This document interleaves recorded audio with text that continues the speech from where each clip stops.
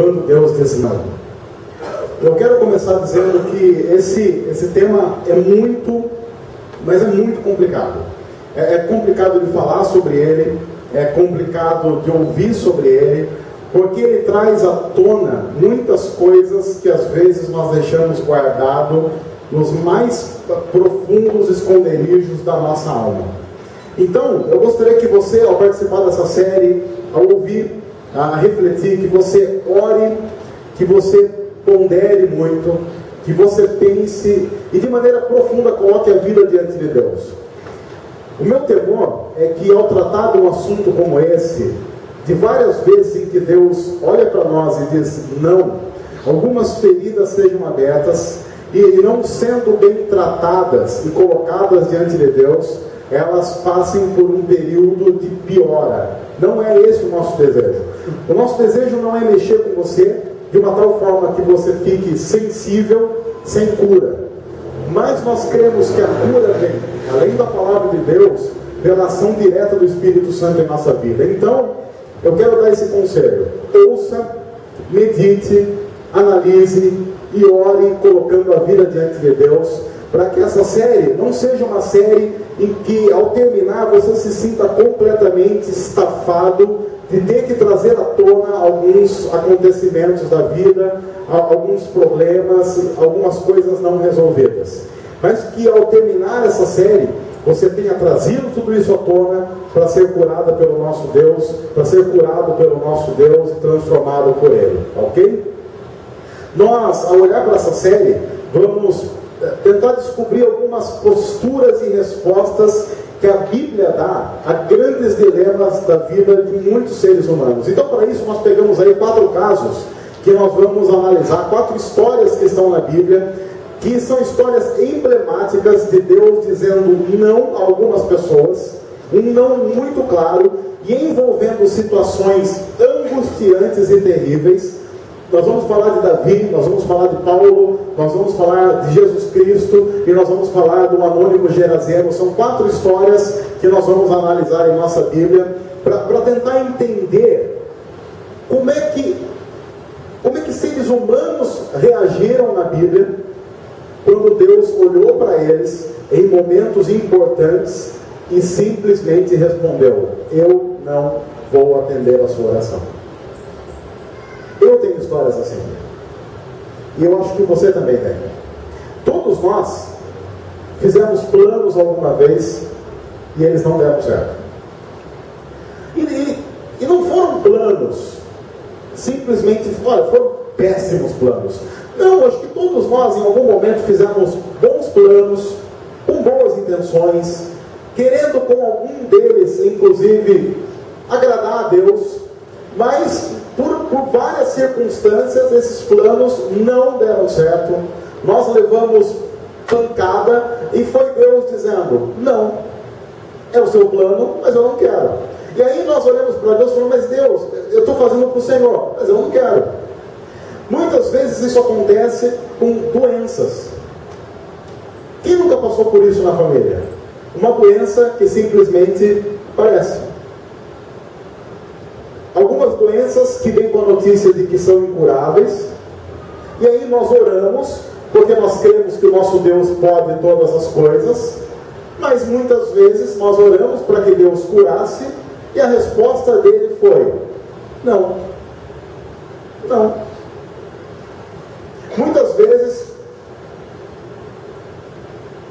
mortes que aparentemente aconteceram de maneira inexplicável. Pessoas que nós perdemos, oramos pedindo para que Deus fizesse um milagre, e Ele simplesmente disse: não, não. Porque conforme nós temos contato com Deus e com o mundo da Bíblia, nós somos chamados a ter esperança, porque mesmo diante da morte, quando eu olho para a Bíblia, eu vejo alguns casos de ressurreição. E aí nós cristãos que temos mesmo que o mínimo contato com as Escrituras, mesmo diante da realidade da morte, a gente talvez inconscientemente ainda fique com aquela esperança de que, bom, já aconteceu alguma vez de alguém ressuscitar? Quem sabe esse não vai ser mais um caso miraculoso?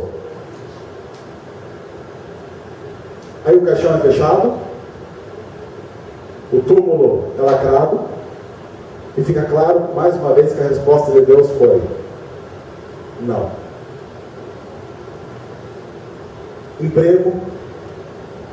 Quem aqui já passou por uma situação de desemprego na família, sabe o quanto isso é angustiante?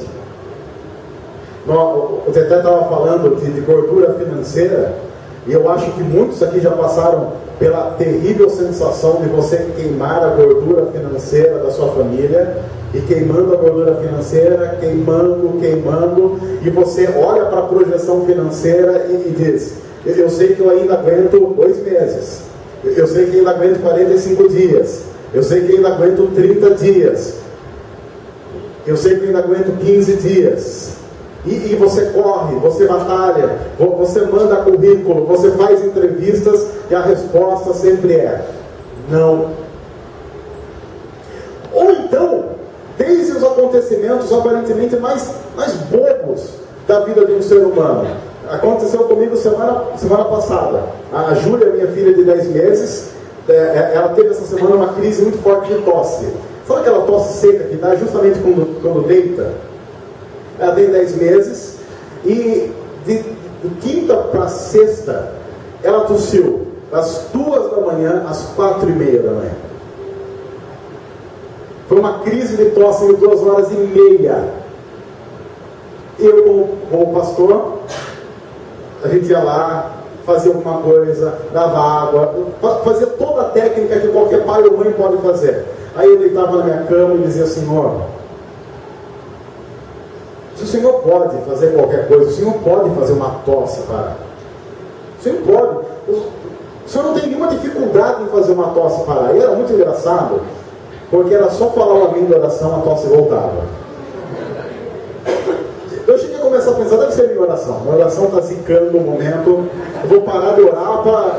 Mas eu não sei se você já teve essa sensação de que não.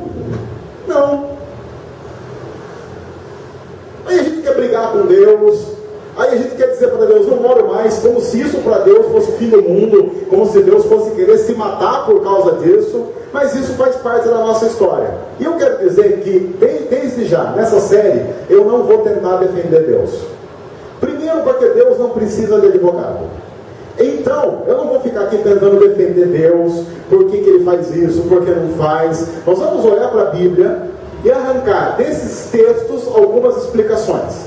Mas eu tenho certeza que nós não vamos dar todas as respostas, porque em alguns momentos a única resposta possível diante de algumas ações e reações de Deus é: nós não temos a mínima ideia de por que Ele fez o que fez, mas nós nos submetemos a Ele por fé e obedecemos, mesmo quando todas as circunstâncias dizem não.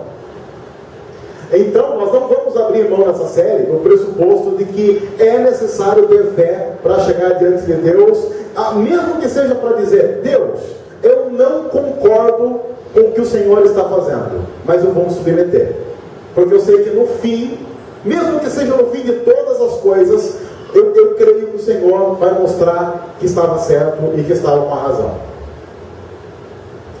A primeira história é do rei Davi.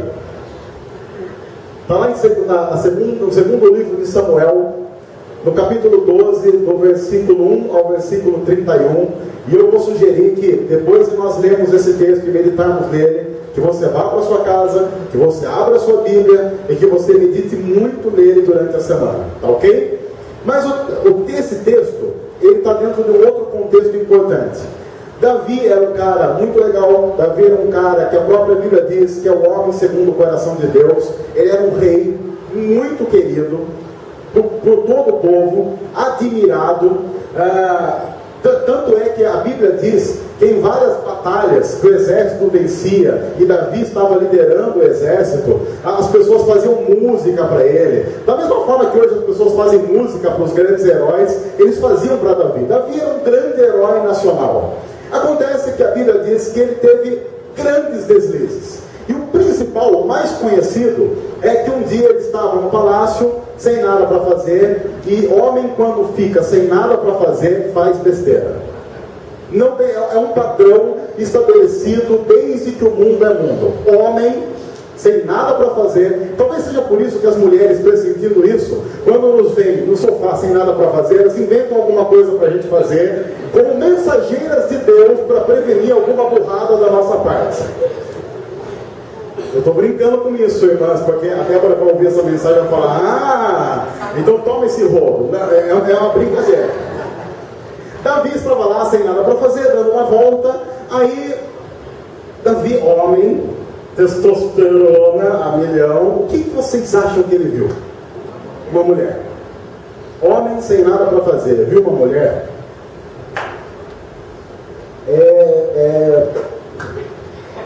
Ele viu uma mulher.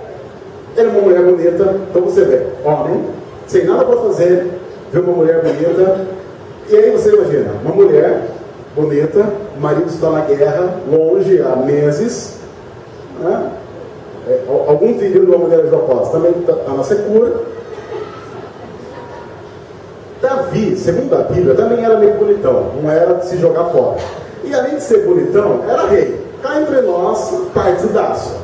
Aquela mulher estava lá, viu que o rei olhou para ela, aí ao invés de ela desviar o olhar e pensar, sou casado e tenho um marido, ela pensou, Davi, bonitão, rei, né?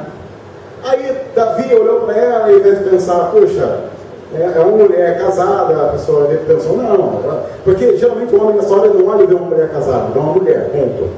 Ele se esquece do casado, que foi o que aconteceu. Aí conversa vai, conversa vem, um vinho, convida para um lanche na Idelma. Certeza que Davi não levou Batseba o nome da mulher, olha que nome. Ele levou ela para jantar, sei lá. Foram no jardim, comeram um carré de cordeiro. Davi pegou a carta de vinhos, escolheu o vinho mais caro, né? Ela tomou um pouco mais de vinho, sabe como é que é a história. Depois eles deram uma esticada até os romanos, escolheram uma boa suíte, e aí já viu. Uma das coisas que Davi seria azarado. Aparentemente Batseba estava no período fértil e não deu outra. Talvez Batseba fosse daquelas mulheres que passaram debaixo de um varal com uma cueca, ela já engravidava. Não deu outra. Davi teve relação com ela, ela engravidou. Qual é o problema? O problema é que o homem, marido da tal da Batseba, o país estava em guerra, ele estava no exército. Aí Davi pensou, pensou isso mesmo, vocês pensaram, eu não vou falar. Aí Davi teve a brilhante ideia, olha que brilhante ideia. Falou, não, já sei, a mulher estava na secura. Imagina o marido que está na guerra. Ele fala para um dos seus agentes, fala para Urias, o marido, chama Urias e fala que ele ganhou aí, mas tem banco de horas, banco de horas no exército, ele ganha umas férias aí, que ele pode vir passar uns dias em casa. Mas chama ele aqui no palácio antes, porque Davi é amigão, né, gente? Amigão. Ele chama, aí talvez soprou um pouco do vinho lá do restaurante. Urias, tem aqui um vinho, toma um vinho aí. Aí o Urias tomou um vinho porque ele imaginou. O cara vai chegar em casa, um vinhozinho, ele já bobeou, a gente pimba. Aí então Davi conversa com Urias. A Batseba está grávida, está lá esperando. E então Davi fala para Urias, olha, agora vá para sua casa e desfrute lá da sua esposa. E pronto. No dia seguinte, Davi está saindo do palácio. Quando ele vai descer as escadarias do palácio, ele vê Urias dormindo ali. Talvez Davi tenha pensado, acho que eu dei vinho demais. Não beleza. Ele chega para Urias e fala, Urias, o que é isso, rapaz? Está dormindo aqui, vai para sua casa. Aí Urias fala para ele assim, rei, todos os meus companheiros estão no exército e por estarem lá, eles não podem dormir com suas esposas. Não é justo que só eu tenha esse direito. Então, enquanto todos os meus amigos não puderem voltar para a cidade e dormir com as suas esposas, eu também não vou para minha casa dormir com a minha.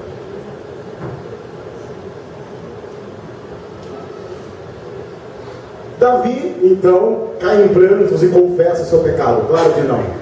Ele chama outro cara e fala assim, o seguinte, Urias vai voltar para o exército e na primeira batalha que houver, você vai colocar Urias na frente da batalha. não deu outro. Primeira batalha, Urias na frente da batalha, ele morreu. Como Davi é um homem muito bom, ele não podia deixar uma mulher viúva. Ele, então, uma semana depois, olha que ato benevolente, ele casa-se com Batseba. E deve ter sido muito interessante, porque 7 meses depois nasce um bebê prematuro de 4,5 kg e 55 centímetros. Um caso extraordinário, porque, imagina, né, até casar, casou e já nasceu a criança, mas Deus pode todas as coisas. Esse é o contexto do texto que nós vamos ler. Aí, Deus ficou muito bravo com Davi, porque ele adulterou, traiu o amigo dele e assassinou o amigo dele. Então Deus manda um cara para falar com Davi, e aí é o texto que nós vamos ver. O Senhor enviou a Davi o profeta Natã. Ao chegar, ele disse a Davi: uma historinha. 2 homens viviam numa cidade. Um era rico e o outro pobre. O rico possuía muitas ovelhas e bois, mas o pobre nada tinha, senão uma cordeirinha que havia comprado. Ele a criou e ela cresceu com ele e com seus filhos. Ela comia junto dele, bebia do seu copo e até dormia em seus braços. Era como uma filha para ele. Certo dia, um viajante chegou à casa do rico e esse não quis pegar uma de suas próprias ovelhas ou dos seus bois para preparar-lhe uma refeição.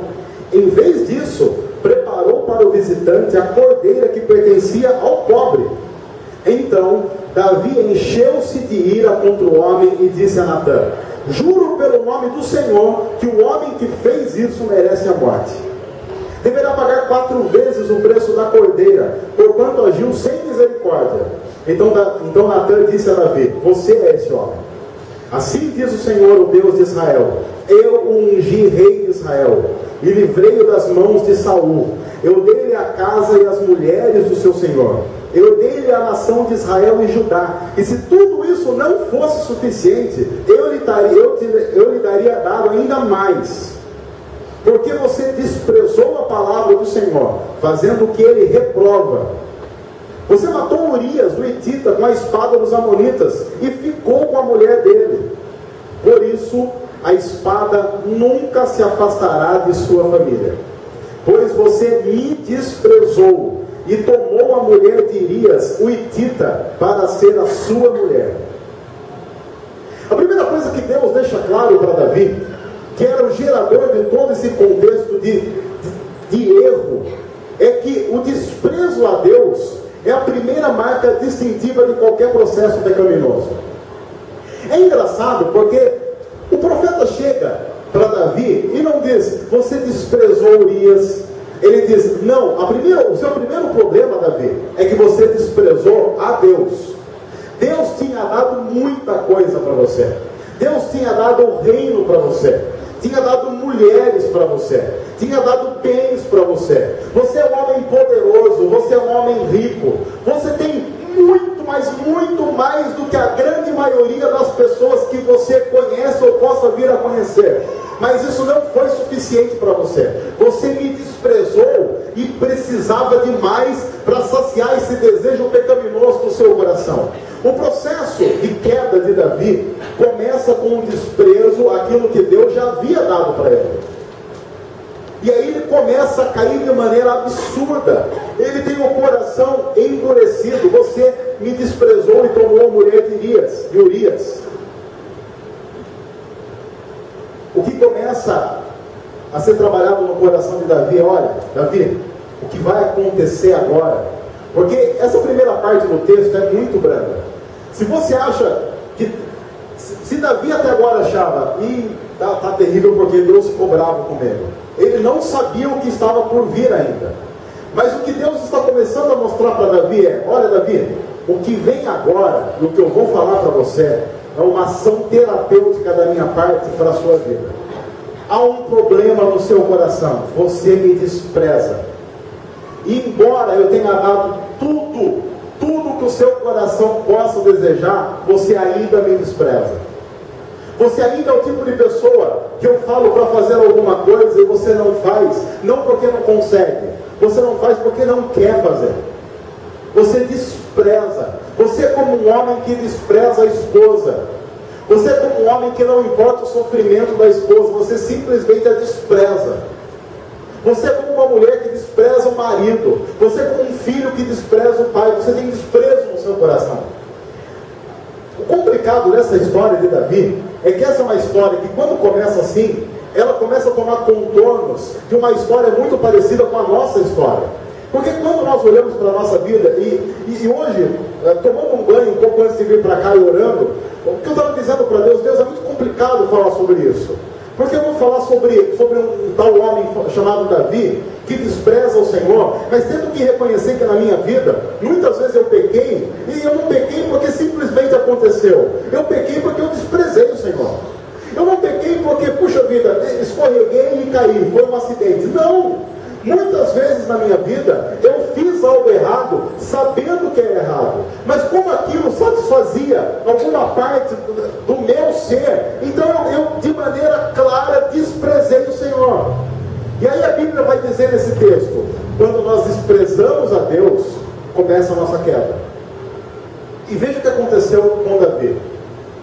Continua o texto, assim diz o Senhor: de sua própria família eu trarei desgraça sobre você. Eu tomarei as suas mulheres diante dos seus próprios olhos e as darei a outro. E ele se deitará com elas em plena luz do dia. Isso aconteceu algum tempo depois, quando houve uma revolta militar em Israel, e um oponente de Davi conseguiu expulsá-lo da cidade.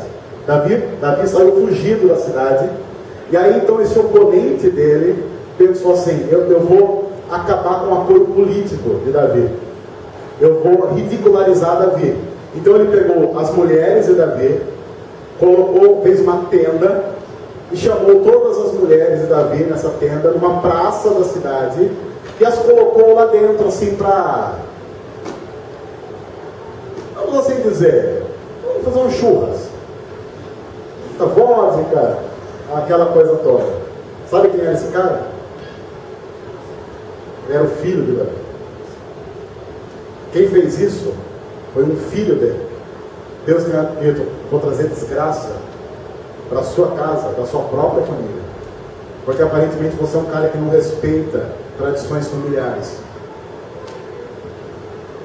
Você fez isso às escondidas, mas eu farei diante de todo Israel, em plena luz do dia.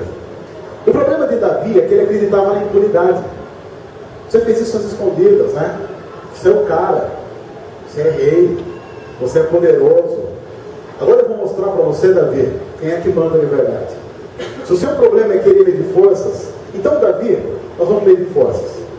Nós vamos fazer isso.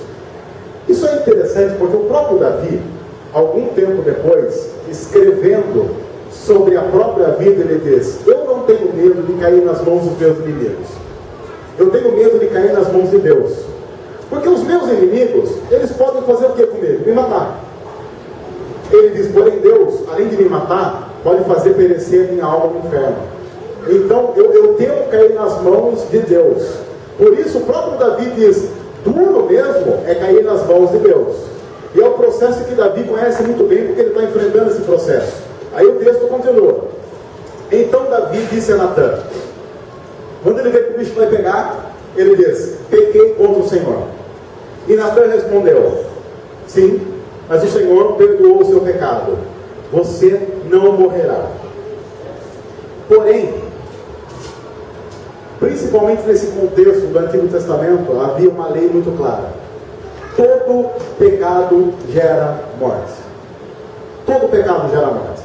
Isso está estabelecido desde Gênesis, na história que nós conhecemos no Jardim do Éden, quando Deus disse para Adão e Eva: se vocês comerem do fruto que eu disse para não comer, vocês vão morrer. Eles comeram e morreram, fisicamente e espiritualmente. É por isso que Deus, depois, para consertar essa história, tem que mandar Jesus para morrer na cruz, pegar todos os nossos pecados, lançar sobre ele, levar a culpa que era nossa, ressuscitar depois que toda a culpa foi paga e nos dar acesso a Deus.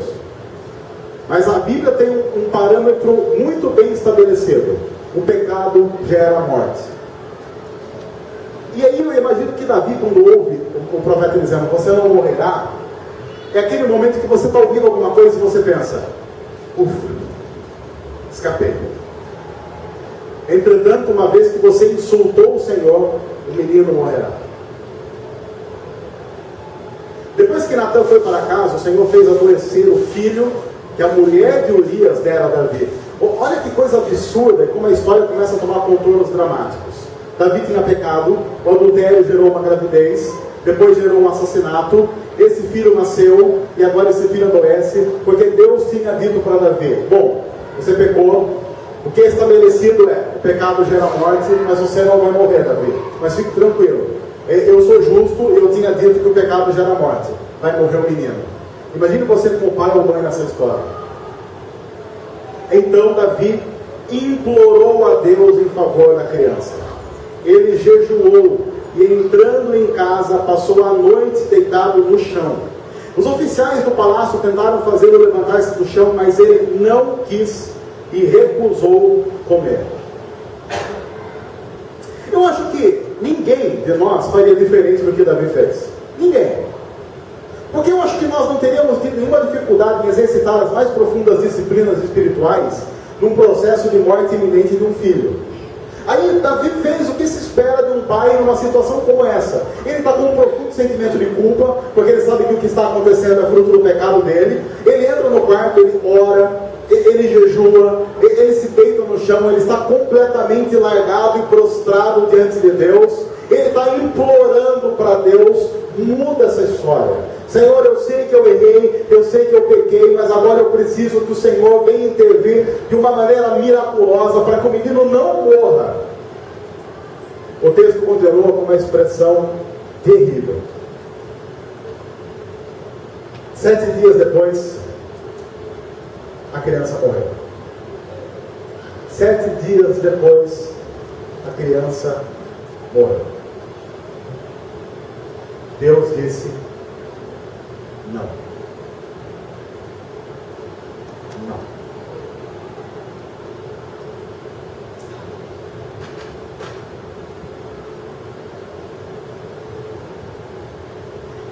É bem provável que muitos aqui não tenham histórias tão dramáticas. Mas é muito provável também que todos nós tenhamos histórias em que pelo menos sonhos morreram. E nós tivemos que dizer para Deus: Deus, eu pedi, e está aqui. O Senhor disse não.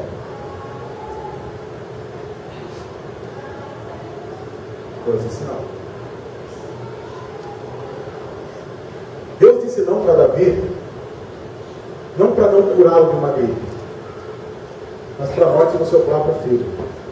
Claro que quando nós olhamos para essa história, a primeira sensação que nós temos é muito injusto um inocente ter que morrer no lugar de um safado como Davi. No entanto,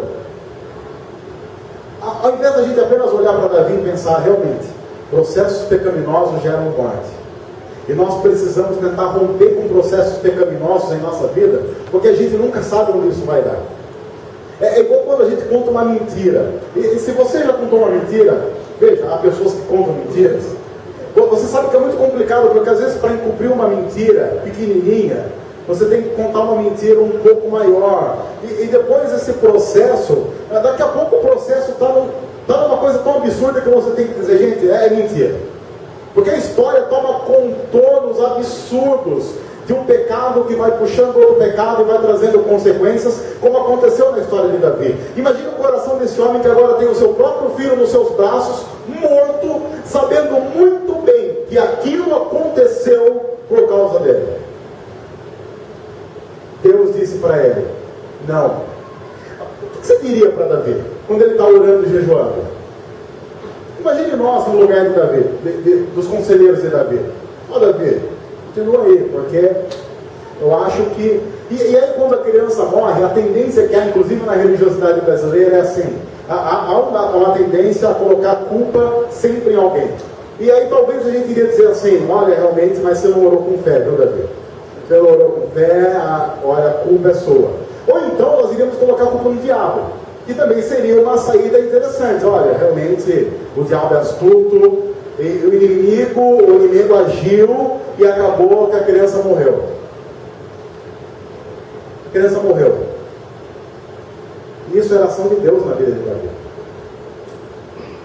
Então vamos ver o que isso produziu em Davi, porque uma coisa é olhar para Davi e saber, puxa, histórias complicadas acontecem e eu preciso tomar cuidado com o processo pecaminoso em minha vida, porque eles podem trazer sérias consequências. Eu não estou dizendo que um processo pecaminoso na sua vida, se colocado diante da cruz, vai levar você para o inferno, porque se Jesus já pagou o nosso pecado, você não vai para o inferno, você é escolhido de Deus. Mas você não pode esquecer que processos pecaminosos trazem consequências danosas para a vida que nós levamos. O pecado sempre conduz a alguma coisa muito ruim.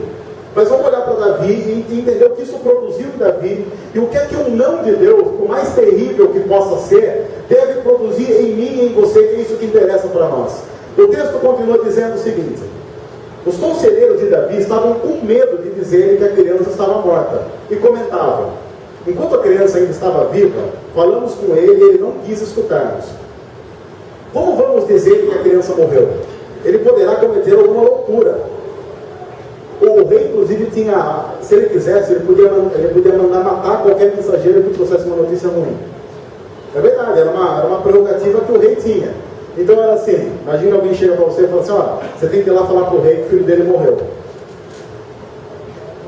Se o rei quisesse mandar matar você, apenas pelo fato de você ser um portador de uma má notícia, ele tinha todo o direito de fazer isso e ninguém podia falar nada contra o rei. É por isso que os conselheiros estavam morrendo de medo. Davi, percebendo que os seus conselheiros cochichavam entre si, compreendeu que a criança estava morta e perguntou: a criança morreu? Sim, morreu, responderam eles. Então Davi levantou-se do chão, lavou-se, perfumou-se e trocou de roupa. Depois entrou no santuário do Senhor e adorou. E voltando ao palácio, pediu que lhe preparasse uma refeição e comeu. Esse homem aparentemente é estranho. Aparentemente esse homem não é normal. Nós temos um homem complicado, porque ele fica sabendo que o seu filho morreu. A primeira coisa que você espera que alguém que passou 7 dias orando, jejuando e implorando pela vida do filho fizesse quando recebe a notícia de que o filho morreu, o que você imagina que esse cara deveria fazer?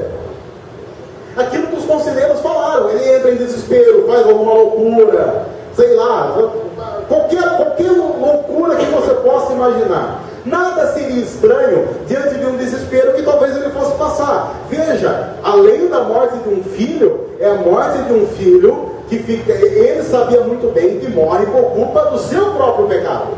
Não é a morte de um filho, é a morte de um filho cujo pai é o claro culpado daquilo. Só que ele recebe a notícia, a Bíblia diz então que ele vai, toma um banho, ele se perfuma, ele vai para o santuário de Deus, adora, ele faz um culto, ele volta para o palácio e diz: pessoal, eu quero comer. Eu estou com fome, faz 7 dias que eu não como, eu estava em jejum, depois de 7 dias sem comer, alguém está com fome, vão e prepare uma refeição para mim. O que Davi mostra é que uma relação com Deus, mesmo quando Deus diz não, servos e servas de Deus são chamados à adoração a Deus, mesmo nas piores circunstâncias. Davi acabou de receber a morte do filho. O que ele fez? Ele adorou. Parece estranho, mas um princípio bíblico muito bem estabelecido em toda a palavra de Deus é: nas melhores e nas piores circunstâncias, Deus continua sendo Deus, digno de todo louvor e de toda adoração. Assim, nós não adoramos a Deus por compreender e aceitar todas as coisas. Nós adoramos a Deus porque Ele é digno de adoração, independente de eu compreender ou não o que Ele faz ou deixa de fazer. Porque a partir do momento em que Deus for obrigado a fazer as coisas de acordo com a minha compreensão e de acordo com aquilo que eu quero, Ele deixa de ser Deus e eu passo a ser o Deus da história. Nós somos convidados em toda a Bíblia a nos submeter a Ele, mesmo quando a submissão a Deus parece a coisa mais absurda. Porque todos nós aqui sabemos, vir para uma comunidade como essa, ou qualquer outra igreja, num domingo à noite, como muitas e muitas igrejas estão fazendo ao redor do mundo, ou já fizeram ou ainda vão fazer. E para um momento como esse, quando tudo está muito tranquilo e as coisas estão caminhando bem, é algo que faz parte da rotina, a gente faz com muita tranquilidade. Cantar que Deus é o nosso Deus, quando nós não temos nada a perder com isso, é muito tranquilo. Agora imagine você, como nós fizemos aqui, ter que cantar: nem olhos viram, nem ouvidos ouviram, nem jamais penetrou em coração humano que Deus tem preparado para aqueles que o amam, depois de perder um filho, depois de perder o emprego, sabendo que você vai chegar em casa e não tem certeza do seu sustento, sabendo que amanhã você vai ter que começar a procurar sustento para a sua família, sem saber de onde tirar, sabendo de uma doença incurável, sabendo de um não corriqueiro de Deus na nossa vida. Só que é nessas horas em que nós somos chamados a compreender a nossa relação com Deus de maneira plena. Isso parece muito a história de Jó, porque a história de Jó é a história de um homem que tinha todas as coisas, ele perdeu absolutamente tudo. E logo depois que Jó descobre que perdeu todos os seus familiares, à exceção da esposa, que era uma megera, perdeu todos os seus bens, o que é que ele faz? Ele diz: Deus deu e Deus tirou, bendito seja o nome do Senhor. E a Bíblia diz que em tudo Jó não pecou.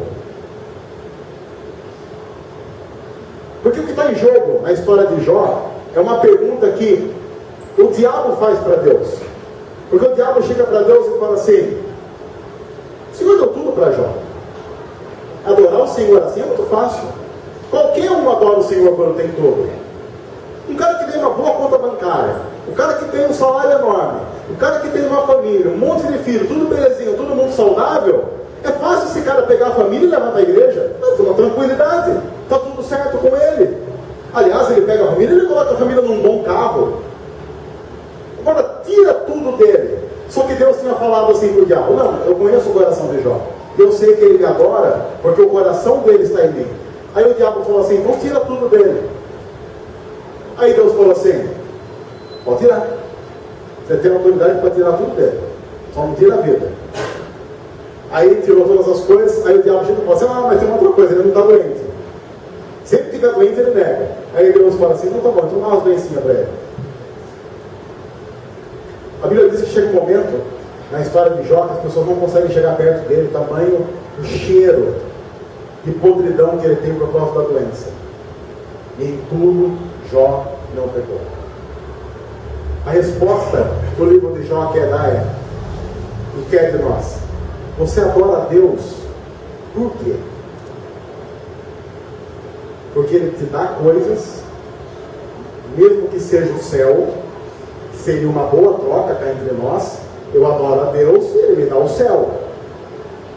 É uma boa vantagem. Eu adoro a Deus e Ele não me deixa ir para o inferno. É uma boa relação comercial. Cá entre nós, Deus leva a vantagem de ouvir o meu louvor, e eu levo a vantagem de não ir eternamente para o inferno. Boa coisa. Agora, como a gente já falou aqui várias vezes, tá, então vamos pensar o seguinte: se a gente descobrisse que não tem inferno, tem só céu, e não importa o que você faça, vamos pensar que a gente fosse universalista. É só um exercício. Eu acho que essa história de mandar todo mundo para o céu é uma teologia de vovozinha, aquela vovozinha assim que gosta de entupir doce no neto, mas também pode dar diabetes para ela. Essa teologia de vovozinha. Mas vamos imaginar que fosse verdade isso.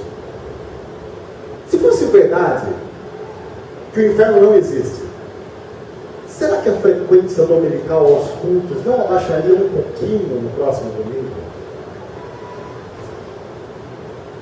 Será que a gente não oraria um pouco menos e leria um pouco menos a Bíblia, numa descoberta terrível de que a nossa obediência a Deus não é porque Deus é Deus, mas porque é bom estar de bem com o cara? É quase uma relação que a gente tem com o bandido do bairro. Porque não importa onde você mora, você sabe quem é o bandido do bairro, não sabe? Todo mundo aqui, não importa onde você mora, você sabe. Alguém fala: ele está vendo aquele ali? Aí, como que você faz? Você fala o seguinte: quando você vai lá lá na padaria do bairro, comprar o pão para a família, tá lá aquele cara. Aí o que você faz assim, despretensiosamente? Vou levar o pão, né? Opa! O seu pão é para minha mão. Aí você começa a pagar o pão pro bandido do bairro, paga uma cervejinha para ele. Aí, coincidentemente, todas as casas do bairro foram roubadas, só a sua que não. Você é amigo do cara. Às vezes a relação com Deus de muita gente é exatamente essa. Eu sou amigo de Deus na mesma proporção que eu sou amigo do bandido do bairro. Cá entre nós, essa não é uma boa relação. Porque eu quero ver você ficar amigo do ladrão do bairro, depois ele roubar a sua casa. Você chega e fala, você roubou minha casa, roubei. Bonito, seu dele bem. Ó, eu não, fiquei sabendo que você comprou aquele Blu-ray. Eu estava querendo o Blu-ray, não tinha, fui lá, peguei, beleza. Ah, pode uma cerveja pro cara. Ela pegou meu Blu-ray, né? Eu chegar. Aqui é Corinthians, mano. Mas não dá para imaginar que a gente possa ter uma relação assim com Deus e achar que vai beleza. E achar que Deus olha para essa relação e diz assim, não, tudo bem que a relação que ele tem comigo é completamente mercantilista, capitalista, mas beleza, tranquilo, é um interesseiro. Ele é o tipo do cara que quer casar apenas por interesse, mas beleza. Ele é o tipo do cara que se a mulher fala assim, não, amor, eu casei com você só por causa do seu dinheiro. Fala, não, então eu já sabia, já imaginava. Aliás, eu também só vivo com ele para meu dinheiro, se fosse meu dinheiro, ele matava. Não dá para imaginar que você tem uma relação assim com Deus e Deus vai falar, beleza. O texto mostra que, inclusive, Davi não estava tentando barganhar com Deus. Deus, se o Senhor salvar o meu filho, eu vou te adorar. Não. O Senhor tirou o filho, ele foi e adorou.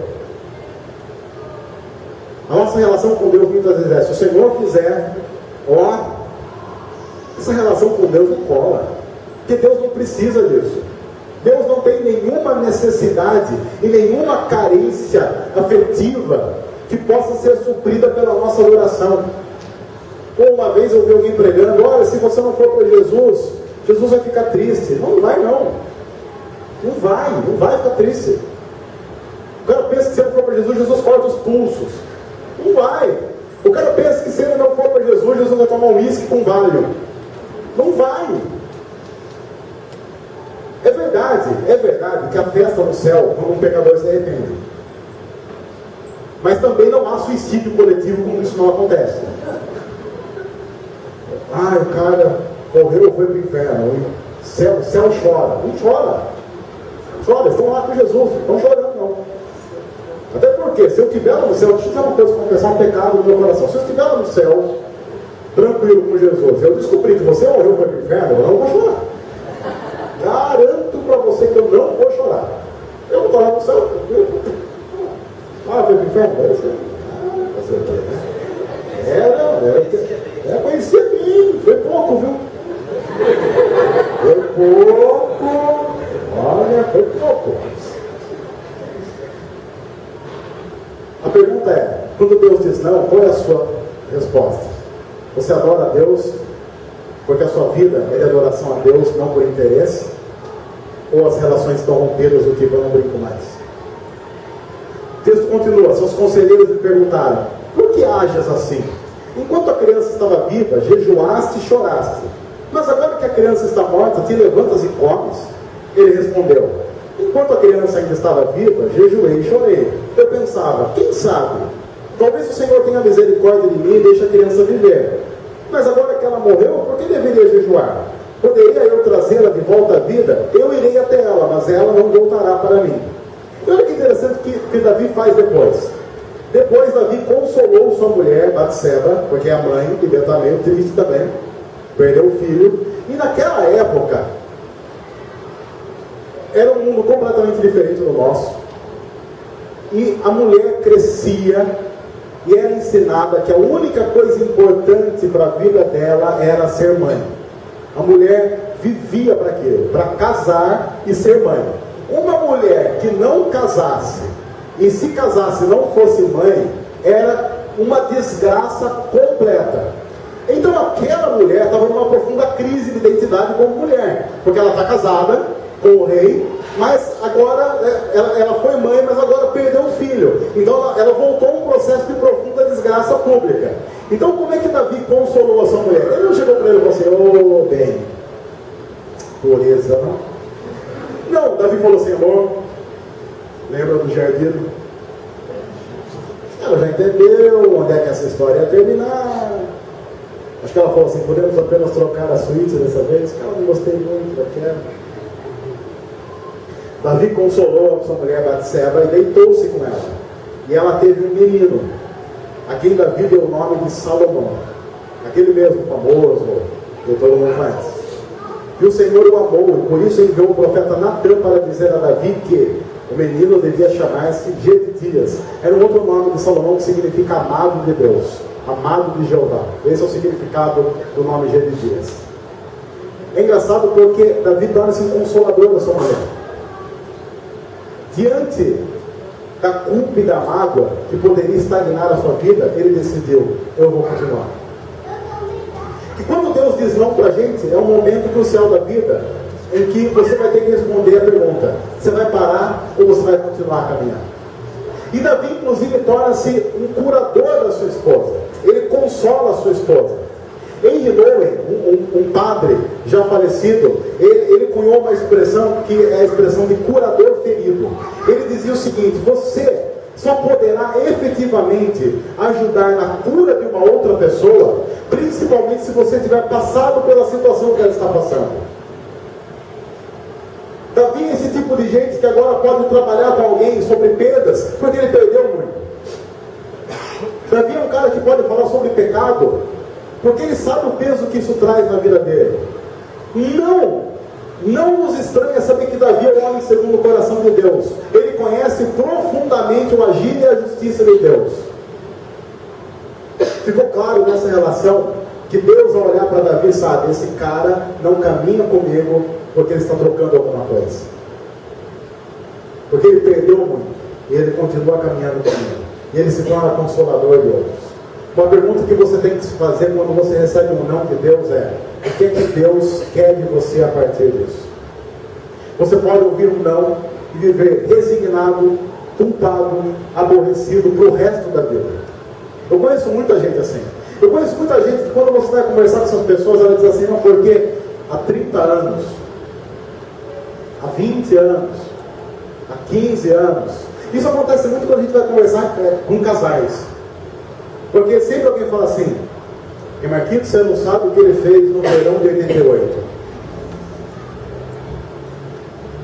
E aí o marido diz: mas ela na primavera de 89. Mas lembra-se então no outono de 90? Mas lembra a Olimpíadas de 92? É inevitável que na vida a gente passe por tribulações. Mas a grande questão quando nós ouvimos um não de Deus é: o que você vai fazer a partir disso? Você vai viver resignado e culpado, ou você vai receber perdão, vai dar perdão, vai consolar a outros e vai viver a graça de Deus? Porque senão a vida acabou para você.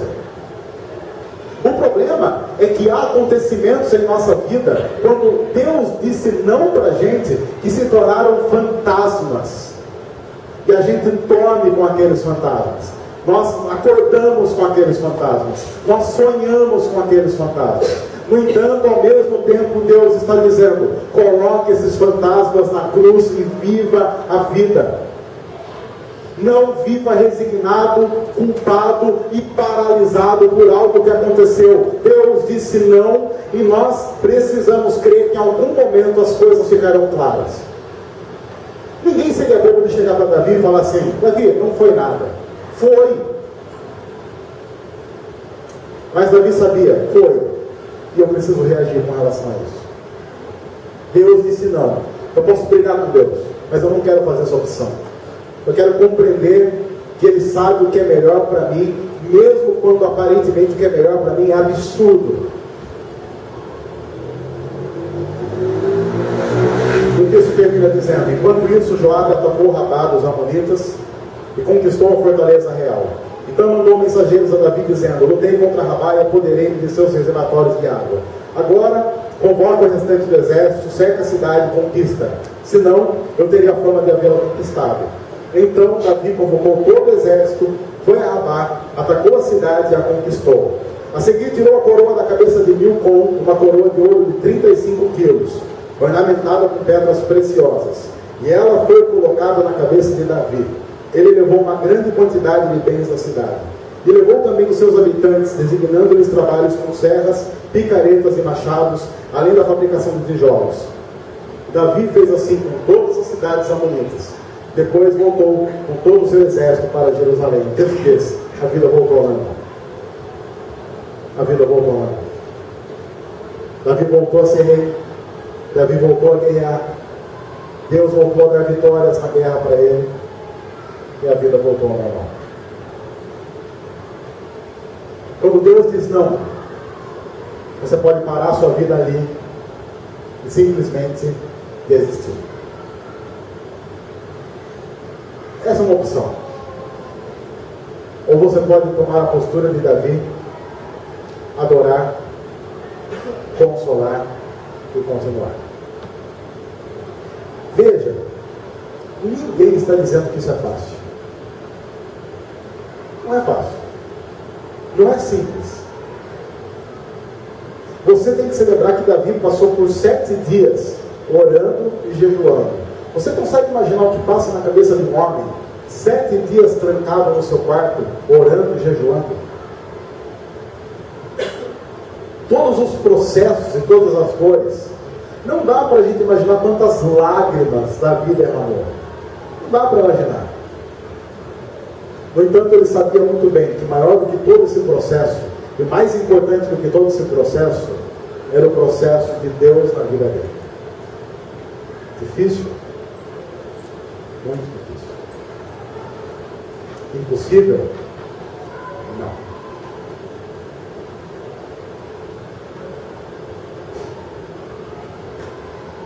Eu sinceramente quero dizer para você que eu tenho um profundo sentimento no meu coração essa semana. Porque quando a gente prega, alguns temores acontecem. E o meu principal temor ao pregar uma mensagem como essa é que Deus chegue para mim e diga assim: então vamos ver. E eu, sinceramente, como pastor dessa comunidade, não desejo em nenhuma circunstância que você tenha que ser testado assim. Mas o meu desejo é, se vier a acontecer, que essa palavra de Deus sirva de consolo para saber que é possível voltar a caminhar. Não por causa de nós, mas por causa de Deus. Davi poderia muito bem colocar a culpa em Deus e dizer: o Senhor é culpado, esquecendo que todo o processo começou com ele mesmo. Davi tem a honra de dizer: eu pequei, eu falhei, e eu preciso tratar isso com Deus. Assim como eu e você precisamos tratar algumas coisas com Deus. Principalmente quando Deus diz não.